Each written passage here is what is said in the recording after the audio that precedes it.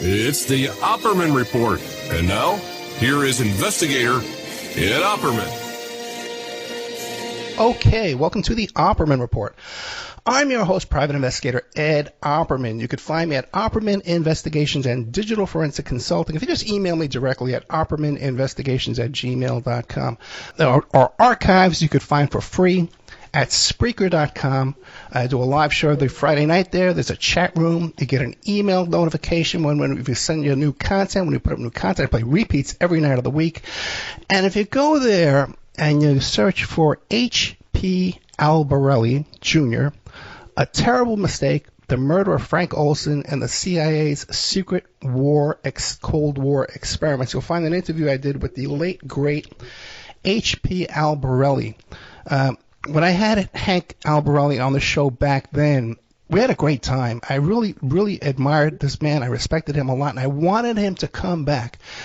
He kept telling me, Ed, after my book's done, my Coup in Dallas book is done, the Decisive investigation into who killed JFK, I'll come on the book, I'll come on the show, come back then.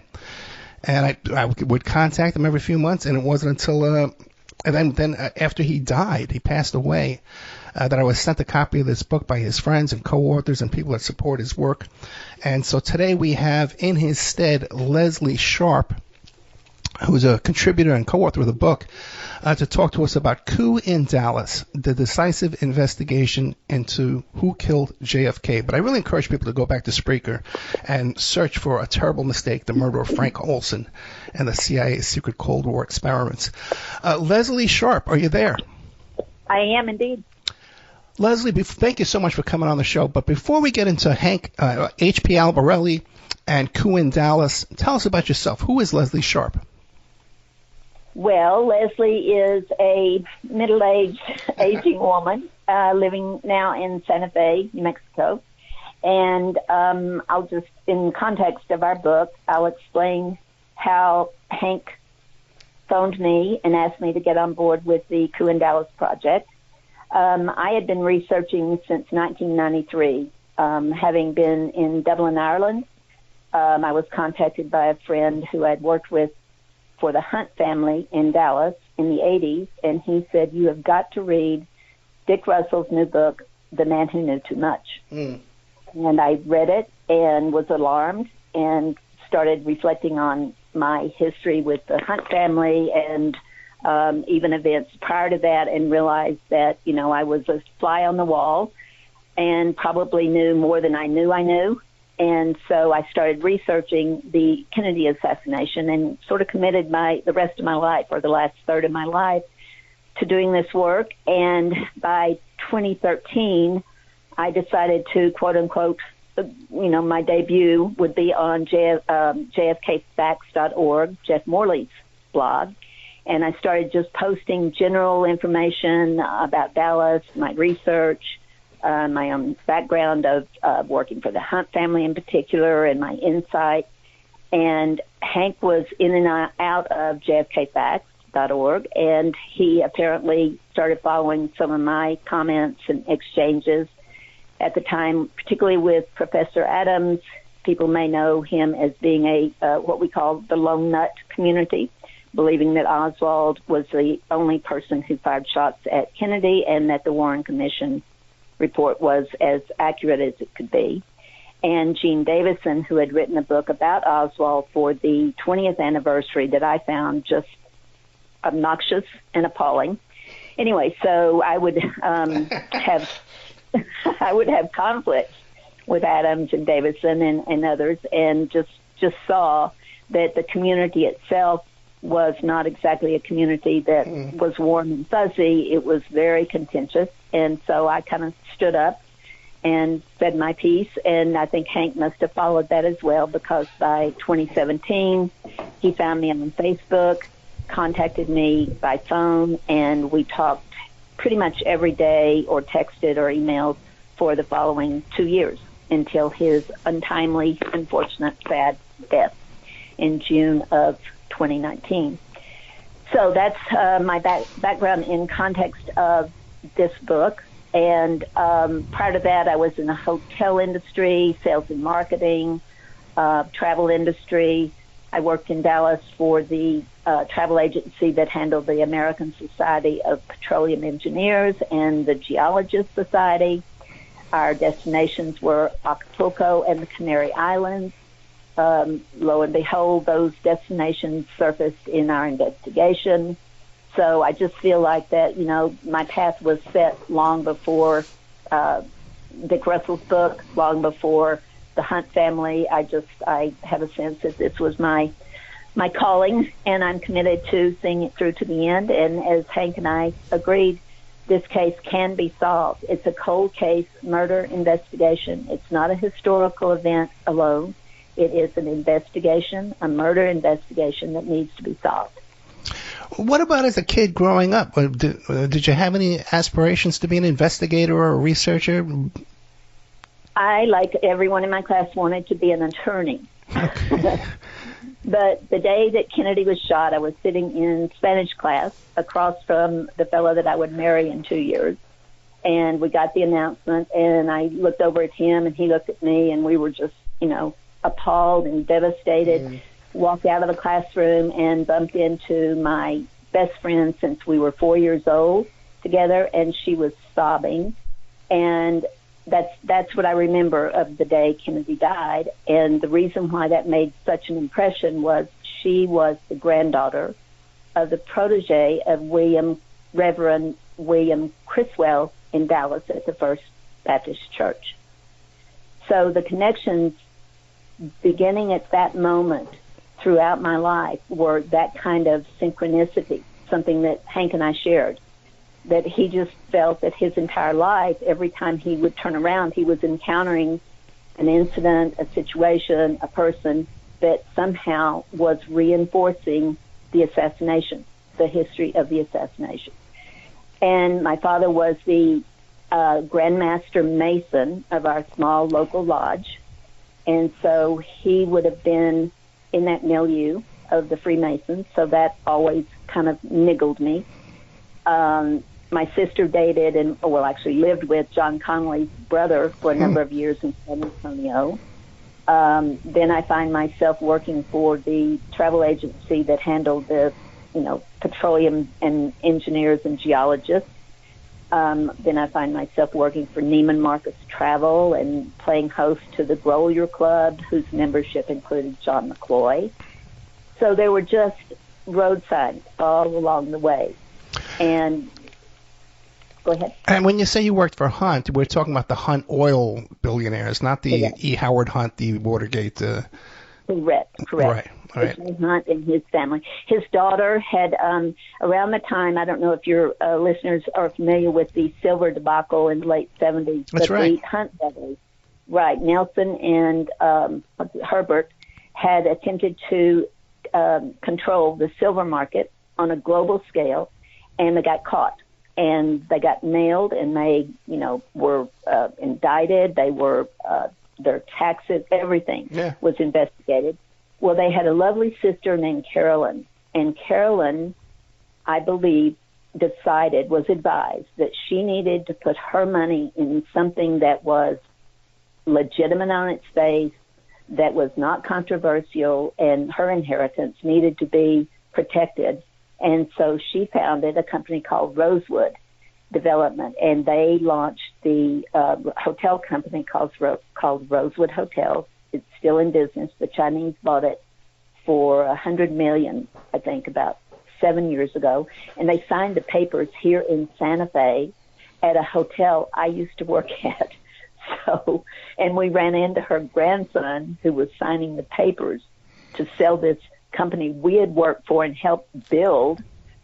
Literally, we helped establish Rosewood Hotels on the international market, and we ran into the grandson at the dog park with our wolfhound, and I think they had a little muffy puppy, and we just introduced ourselves. He said he was Carolyn's grandson, and sure enough, that day they were signing the papers for Rosewood to sell to China. Anyway, so Carolyn had launched this company. I went to work for it as their sales manager and evolved up to the West Coast sales director for Rosewood at the Bel Air Hotel. So another fly on the wall watching that kind of, just having that insight of what goes on in that environment, and that hotels are, they're a very safe place to meet and function. Oh, my first client at the mansion on Turtle Creek was the Brown Brothers Harriman Company. So, again, it was just as if, the story was being written and I happened to walk into it. Gotcha. Now, we're here today to talk about Coup in Dallas, the decisive investigation to who killed JFK by H.P. Albarelli. Who was H.P. Albarelli? H.P. Albarelli, where do you start? Not to overstate him, but he was just a unique, one in a billion human being, in my opinion, and I'll probably start weeping. His loss was so unexpected that, it was alarming. His background, I only know what I read in the papers, other than, him quietly, sharing certain attitudes, impressions, opinions, but he was just a dogged investigator with intuition that just, it was a radar. I'll share a vignette. We were watching the news of Jesse Smollett. Yeah. Do you remember that story? Oh, yeah. And it was the night that the news broke, and he turned and said, didn't happen that way. And I said, what do you mean? Because I was just enthralled and just sucked into the story and how outrageous, et cetera. He said, didn't happen, I promise you. So lo and behold, he was right. So I just learned that night that his intuition guided him. And I think that was his strongest suit. And he dug into areas, as you know from reading A Terrible Mistake, dug into areas no one would go. And he uncovered information that other investigators, documentary, and like Errol Morris, they just wouldn't touch some of the areas that he uncovered. And I think that was very frustrating for him. I think he's really proud of that investigation. And from there, he was, just pulled into the Kennedy work. And, for him, it just made sense. And in fact, one of the district attorneys that worked with him on that case said, one day Hank said something about JFK, and the guy laughed and said, I've been waiting for the Kennedy assassination to surface in this investigation. And he was serious. He was serious. They knew that they were onto something. So as for him, his own personal life, I know very, very little. He had a beautiful family, adored his grandsons. He befriended a lot of the people that he interviewed and investigated, including June Cobb. She became a good friend of his. She was his grandson's godmother. So, he just had a knack of building trust. He became friends with the Lafitte family, at least two members, and they trusted him. They trusted he would, keep his agreement, and I've done everything I can to make sure that we do, to the extent that I can sleep with myself, but I do think that now that he's gone, it's time to kind of break through that, not the agreement, but break through the confidentiality to the extent that I won't be sued. But I think the public needs to know this story. Gotcha. And what we're talking about is the 1963 date book maintained by Pierre Lafitte. Who was Pierre Lafitte? Pierre Lafitte was an enigma inside a riddle. He was born in, this is the official story. He was born in New Orleans to a woman who was one of the most well-known madams of a brothel, a very successful businesswoman. And her success got her run out of town. I think she knew too many people, too much information, too many skeletons, and they literally ran her out of town, purportedly. And she ended up in Marseille. Pierre was, I think, probably 2 or 3 when they left New Orleans. And then she abandoned him on the streets, and he raised himself with the wolves in Marseille, learned to be a chef living there, and then just got in with the Corsicans, the drug crowds.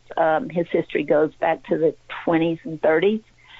He then came back to the States, I mean, the trajectory of him going back and forth is very blurred. We don't have any solid timeline, but he was in the U.S. in about 1946 because he was working for a woman who would become his wife within about the year. Her husband and she owned a restaurant, the Top Hat, I think it was, in Manhattan, and Pierre was the maitre d'. And the husband ended up dead on a New York street, hit by a bus or a car, and Pierre married Renee within the year. Mm. And so he was kind of recruited by George Hunter White of the the Federal Bureau of Narcotics. He was a master imitator. He could disguise himself to even his best friends. There's a story that was James Angleton, who he met through George Hunter White, was dining one night and they'd become friends, drinking buddies. And Pierre was the waiter in the restaurant, and he fooled Angleton. Angleton never knew it was him. So he was a master of disguise. He was a chameleon. He spoke several languages, and his primary thing was conning people. He was an art thief. He was a drug runner. He didn't fancy killing people, though. He didn't like blood. He didn't like guns, etc., which is sort of a conundrum because he was active in the death of Olson. But I think it was, maybe in his own mind, we consider it's probably benign. Pushing someone out a window is not like slitting their throat. Mm-hmm. So throughout that period in the Cold War, that's what he was doing, was working for several agencies, including informing for Hoover. He informed on some of the mob. He testified in a huge drug trial in Chicago in the 50s. I don't know how he survived all of this, other than he probably knew so much that people weren't certain that he wasn't keeping records, which in fact he was. And so they didn't know how to get to those records, maybe, so that was his protection. And a lot of people have speculated that the date book itself was for his protection. We can't work that out, because if it was, why didn't someone know about it?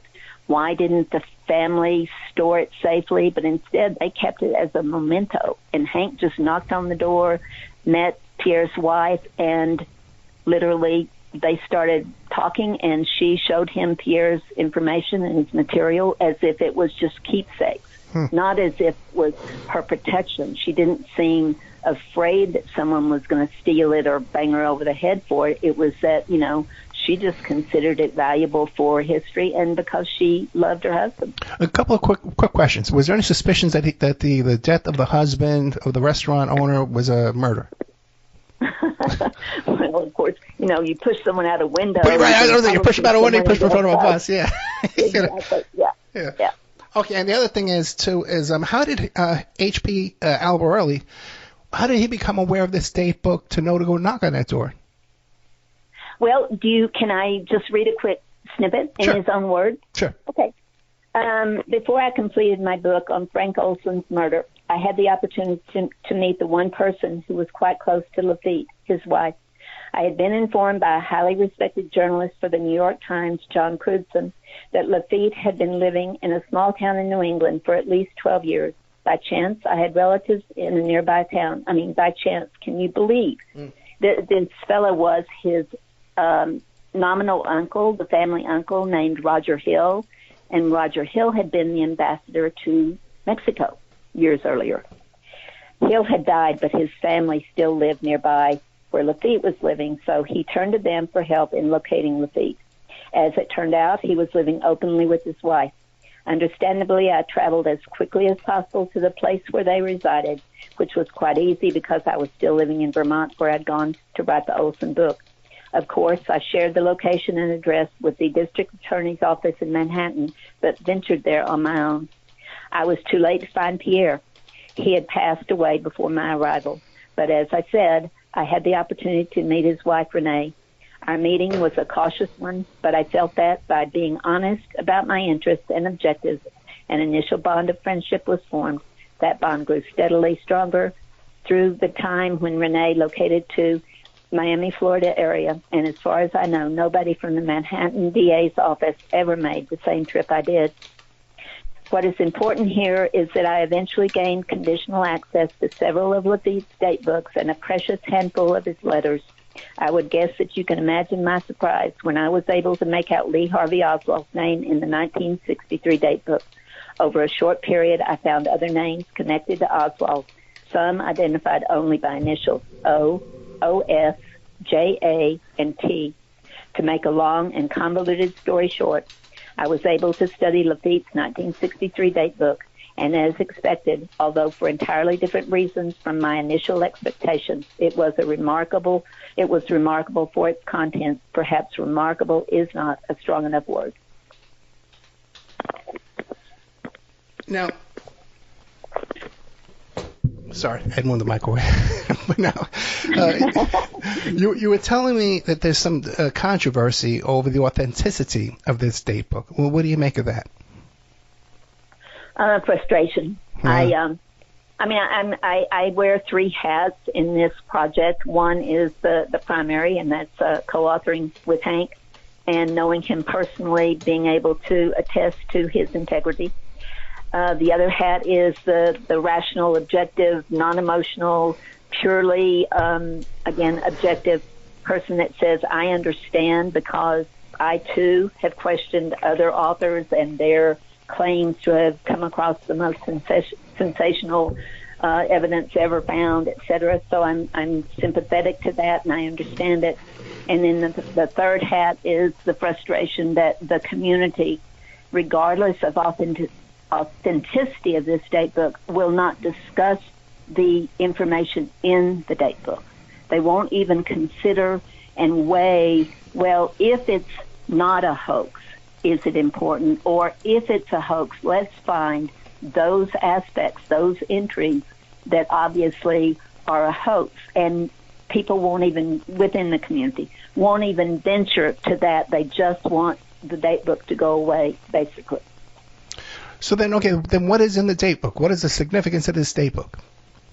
Well, it's a day-to-day spontaneous record of what's going on in Lafitte's world. There are notes in it that, say things like, LO is an idiot, but will be used anyway. And the LO is Oswald. So he's just making a remark to himself that someone has said, look, the guy is, dumb as a box of rocks. Maybe not, but he's just saying, we have to use him. He's going to be the perfect patsy. There are things like Otto says, come to Madrid. And we know that Otto Skorzeny, the SS commando that Hitler called his favorite commando, was in Madrid at the time. We know that Otto is in the date book and other entries that indicate that he is actually the strategist for the plot in Dallas. There are references to James Angleton, who says it's a go. He had assigned the project Lancelot Project, and he said Lancelot go. JJA says things like high-level gathering in D.C. The next day he says, Oswald in place. So we just see things in the date book that no one could have known in 63 unless they were directly involved. Now, the argument can be made that someone like a Lafitte in 73, 83, 93 picked up a blank instrument, a date book, which I'd like to get into in just a second, the actual instrument, the physical date book, and read enough books that they could go in and jot these notes down. But Dick Russell, who analyzed the date book partial for Hank and for a documentary company, wrote about a 3-page analysis and said there are entries in there that, it is my opinion, were not known until at least 1974, if later, but the ink and pen match the 60s. So how could someone, unless they collected ink and pen, have fabricated a date book say starting in 70 or 80, without a great deal of effort. And why would they do that and then sit on it and wait for Al Borelli to knock on the door in 2000 or 1998? Well, then just to play devil's advocate here, because I worked in an office where the guy was a documents examiner, and this question came up: can you date a signature? Can you date a handwritten document? And one way to do that is, was it a fountain pen? Which wasn't, or was it a ballpoint pen, which only came about, I guess, in early 72, maybe 1970, ballpoint pens, right? I think they needed them for the astronauts, right? so they could write upside down, ballpoint pens. Right. But the thing is, you could have gotten a fountain pen and used it, you could buy a fountain pen today and write with it, and say, oh, yeah, this came before ballpoint pens, Is that how it was, the date was authenticated? Well, in December of 2018, 6 months before Hank died, right.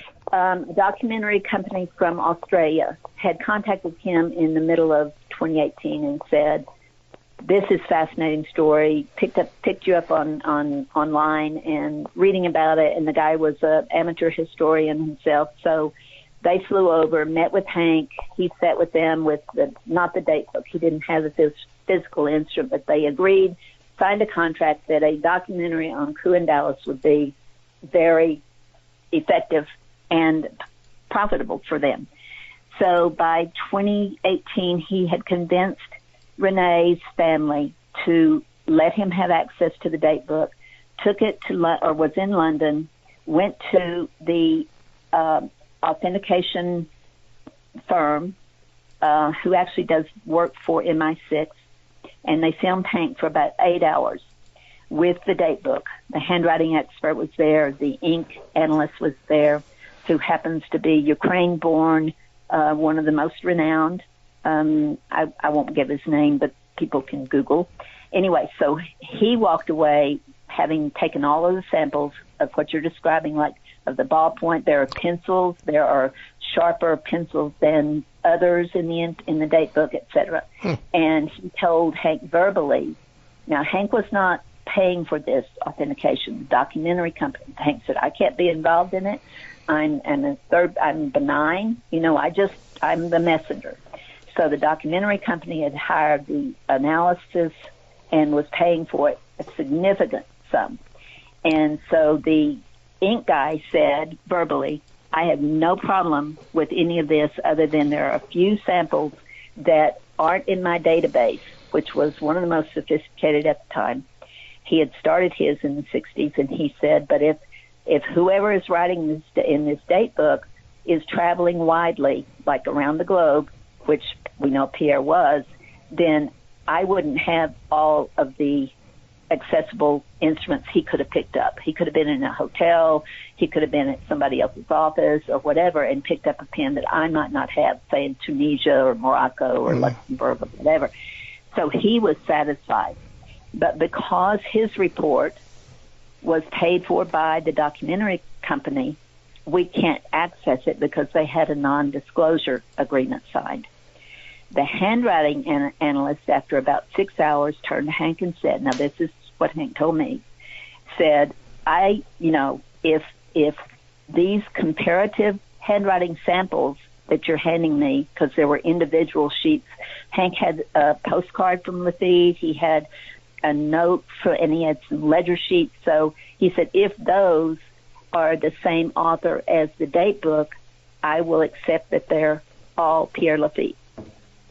But I can't write a report until I get extensive samples. So if you know this area, Ed, then you know that most authenticators want at least 100 handwritten samples. We had, I think, about 7. So we go back. Hank dies. I'm left with the date book, and so I flew out to Phoenix, hired another examiner, local, and he had the same issue. He said, I can write you a report, but it's going to be undefined, incomplete, because I don't have enough handwriting samples. And he said, you won't find anyone that's going to put anyone credible that's going to put their name on a report of authentication until you land more examples of Pierre's handwriting.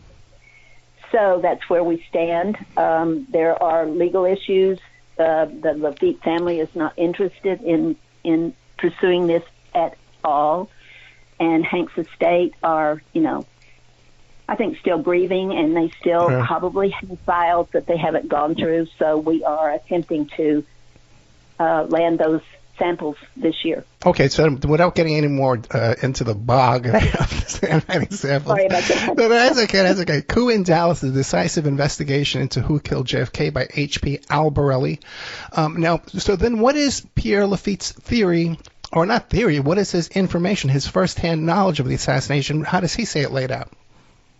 Well, Alan Kent, who co-authored the book with us, he's not a copyright. He wrote essays, and he had done research for Hank. So, right. His name is on the title page. He had. Tell me your question again. Pierre Lafitte. If we're going to assume that the documents are correct, what is his theory? How does he say the assassination happened? Alan coined the phrase project manager, and that set well with both Hank and myself.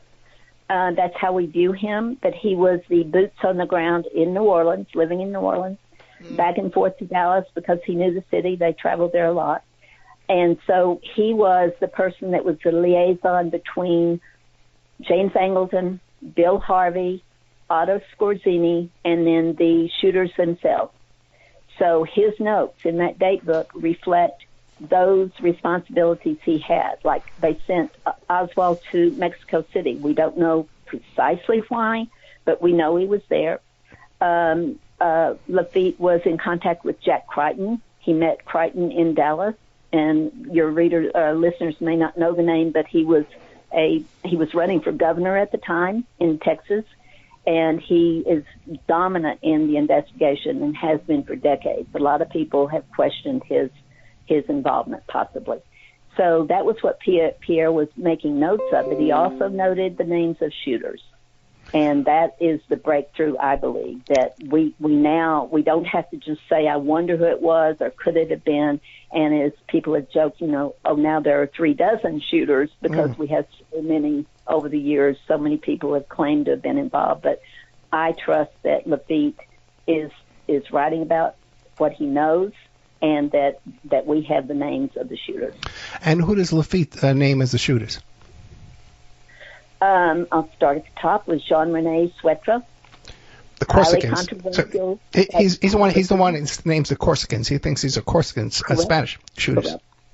Right, and La Cagoule, the important factor of Coup in Dallas is Hank starts with the end of the war, World War II, and carries it through the Cold War because you can see the through line.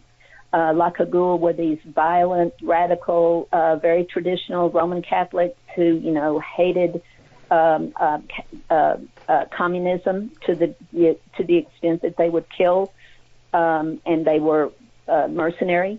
And they were for hire. And Jean-René Suetre had been a captain in the OAS, the French OAS, during the War for Independence in Algeria. So he was well-trained and knew Otto Scorzini, knew Lafitte. They were all trusted. And that's the other part about the shooters is they were all had deep, deep connections to the people that hired them for a decade. Willoughby's guy, Jack Cannon, is another listed in the date book. A fellow named Charles Askins, who was a sharpshooter, border patrol guy in Texas.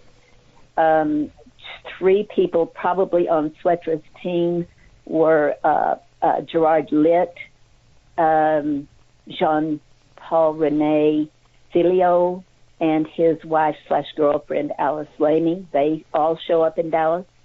And we believe that Robert Emmett Johnson, who's a known sniper, who was working in Haiti and the Dominican Republic, he shows up. And only in the last year, it's so sad because Hank did not recognize what 2 entries in the date book were leading to, we believe, Roscoe White. And if anybody knows that story, it's very controversial. There's a new book coming out this month about Roscoe White by his son and Gary Shaw and Brian Edwards, two very reputable investigators. And I believe that is going to help kind of turn the QE2 around because that story has been belittled far too long and needs to be revived. And we think that Lafitte was aware that Roscoe White was involved in dealing. Now, did the Lafitte, the date book, did this need to be translated from one language to another? No. There are a couple of French phrases, but only 2 or 3. Gotcha. Now, these the shooters you've named here, have their names ever come up by other researchers or investigators in the past? The man who knew too much, Dick Russell, was the first to identify Jack Cannon as having been in charge of the Z organization during the Korean War for General Charles Willoughby. So when he saw Cannon in the date book, I think, now Dick does not put his name on the date book. He doesn't standby authentication, nothing. He just says, how would anyone know about Cannon? Because I only published about him in 93. And let me think, Swetra is very controversial. There have been books written to debunk the fact that he was the French guy who was expelled from Dallas on the 22nd, picked up by the INS. I have reason to believe that those people who don't want Swetra to be in Dallas are responsible for, sowing the seed that he wasn't.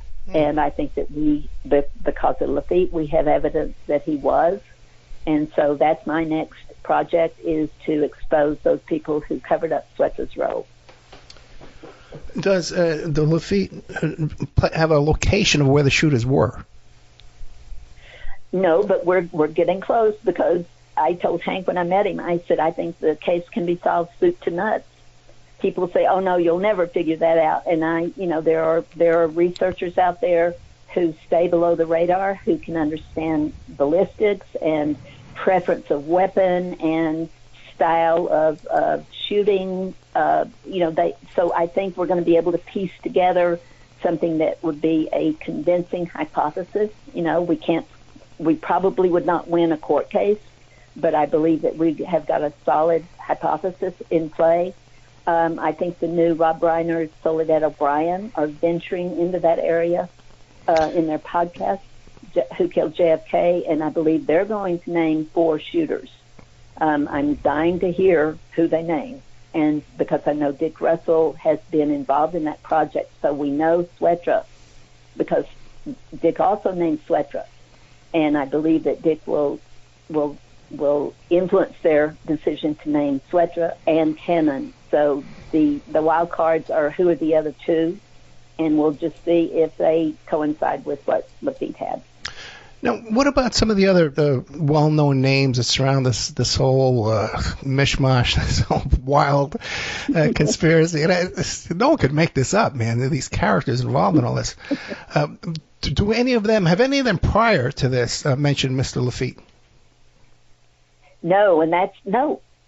George Hunter White. Now, he's sort of, again, a wild card in the investigation, because he seems to be only have been just this crazy, mad, scientist wannabe with Sidney Gottlieb in the MK Ultra programs and that kind of thing. And his papers reflected Lafitte, reflected their friendship.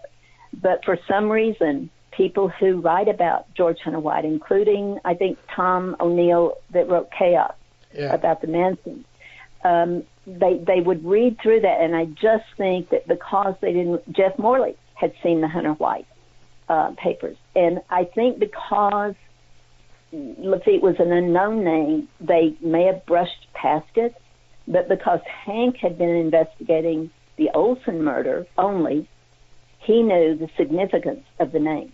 He could pick up the trail and see, and then Crudson, this John Crudson, the investigator, he had identified Lafitte in 1977 as being involved with Gottlieb and George Hunter White, and no one picked up on it. And I think that's the other thing, and I just, candidly think that there is some professional jealousy. That, Hank, just he followed his nose. He was a good investigator, and he just picked up the lead and ran with it. And I think others, brushed over it. I think John Crudson even said it's one story that he regrets the most, that he didn't follow through. There certainly is a lot of professional jealousy in this crowd. It's some of the most amazing I've ever seen. Yes. This is a small pond. Yeah, it's a tough group. It's a tough crowd. Now, but Pierre Lafitte, what would qualify him to be the project manager on such a big operation? Did he have any kind of intelligence training or military sniper type training? Any kind of counterintelligence? Any kind of paramilitary training? We don't see a lot of. We don't see evidence of that. There are clues and breadcrumbs, but I go back to him raising himself with the wolves. I think he just had, again, an instinct for survival, and he wanted to make money. He loved his family, wanted to provide for them. They didn't live ostentatious. But as far as training, I think Hunter White would have been the one that took him under his wing. But prior to that, there are testimonies from the family that Lafitte served in the Charlemagne unit at the end of the war. Now, what his training was he a sniper? I don't think so. There's no indication that he pursued a career in assassinating people himself. And the training that he got, I think, was, hands-on, on the ground, in real time. Now, what about criminal record? What was his criminal record like? An arm long. Yeah. Okay. So, well, just give us a brief idea. What was this crime? Well, there were two major cases. One was a fellow named Ralph Loomis. He was a diamond dealer, African diamonds and exotic flowers. And Lafitte conned him out of, I think, about $500,000. I don't know how it worked, but he did. He just got involved with him in a business deal, and Loomis filed charges. Loomis died before he could testify in court. So Lafitte was let off the hook. That's always a lucky answer. It's a lucky break there. I'm anxious to know if Loomis was pushed out of a car. I was going to say, did he fall from a window as well? The preferred mode of assassination. The other one was I think he stole art from a cathedral in a small town in Kentucky. I mean, he just did these wild, crazy capers. Right. He was involved with a French intelligence officer, head of the French at the time intelligence, and they robbed the wife of what's the guy in India? What's it called? Okay. Not Mahatma Gandhi? No. The head of the Sikhs in India. Oh, I have no idea. Aga Khan. Khan. Now, was this an armed robbery or again a finesse? Yes, armed robbery. I think it was in broad daylight. Her jewelry. They ran her off the road and took her jewelry from her. Okay. Now, what about any crimes of documents, forgery, document preparation, of filling out the applications, fraud? Yes, I believe that there was bond fraud. Okay. There's a fellow in Canada who has volunteered. He's got the skills to do it, to see if we can track down any of the affidavits maybe that Lafitte might have signed or written out, handwritten. Because if he was testifying, chances are they made him sign things, etc. So I don't know if those documents would still be around. We have his real estate transactions. He was a legitimate citizen of New Orleans, and he, signed a lease for a house and that kind of thing. So we have some of that. But in terms of was he skilled at forging a date book? Yeah. I think that's where you're going. He could have been, but we go back to that same question. Why would his wife sit on it and wait for a reporter to knock on the door? Any reports from family or friends that he came into some large compensation around the time of the JFK assassination? No, there's no evidence of that at all. He went to ground. We think he left the country.